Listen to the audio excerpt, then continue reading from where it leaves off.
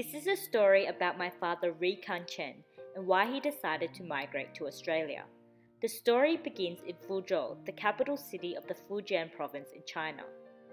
Kan was born on the 23rd of March 1963 and brought up by a family who instilled in him the value of education and hard work. He began elementary school in 1969 and continued on to high school in 1974. Being an extremely conscientious student in a very competitive schooling environment, he excelled in his final exams. At the time, only the top 3 percentile of students were accepted into university, and my father was one of them. He studied civil engineering, graduating from Fuzhou University in 1983. After finishing university, he was assigned to work on the largest hydroelectric project in eastern China, funded by the World Bank. This project required him to interact with American consultants, which resulted in a rapid improvement in his English. As part of the project, in January 1987, he was sent to the United States for 3 months to study construction management for the benefit of the hydroelectric project.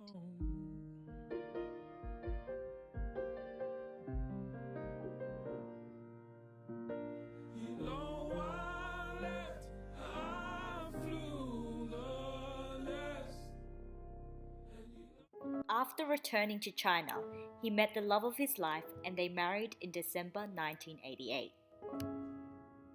During the late 1980s, China was considered a third world country, and there was a relatively low quality of life. The country was experiencing problems with population size in urban areas such as Fuzhou. Hence, the Chinese government enforced a strict one-child policy, which was implemented to reduce the growth rate of China's huge population. Furthermore, by the spring of 1989, there was growing sentiment among university students and others in China for political and economic reform. China had experienced incredible economic growth, and many Chinese people had been introduced to foreign ideas and standards of living. Although the economic growth had brought new prosperity, it was accompanied by opportunities for corruption by government officials.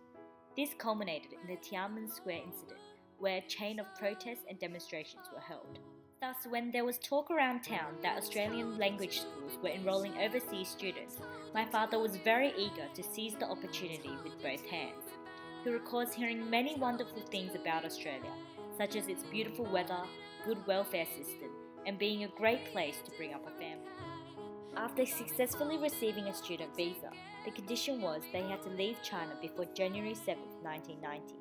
This meant they had to make the very tough decision of missing the birth of his first child. He moved to Australia in December 1989, knowing that he would endure hardships, but in the hope of better living and working opportunities. Because my father could speak English, he was lucky enough to land 2 jobs within a week of arriving in Sydney. Over the next 4 years, he worked full-time as a labourer at a foundry in Auburn, as well as studying full-time at a language learning school. In February 1995, he received permanent residency and was able to fly back to China to be reunited with his wife and meet his son for the first time. In September 1995, he returned to Australia, bringing along with him his wife and son. No longer being restricted by the one-child policy, my mother gave birth to me in June 1996. Since then, my father has become a successful businessman, running his own wholesale seafood business, and my mother has obtained a stable job at a salad-making factory. Their hard work and dedication has allowed our family to live a comfortable life in Australia. My parents have given my brother and I the opportunity to have a great education and live life to the fullest. I don't believe that anybody feels the way I do about you now.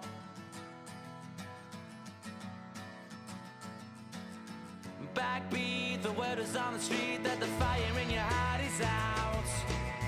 I'm sure you've heard it all before, but My father always tells me how lucky I am to be living in Australia, and I am forever grateful for the hardships he went through to allow me to have the amazing quality of life I have here today.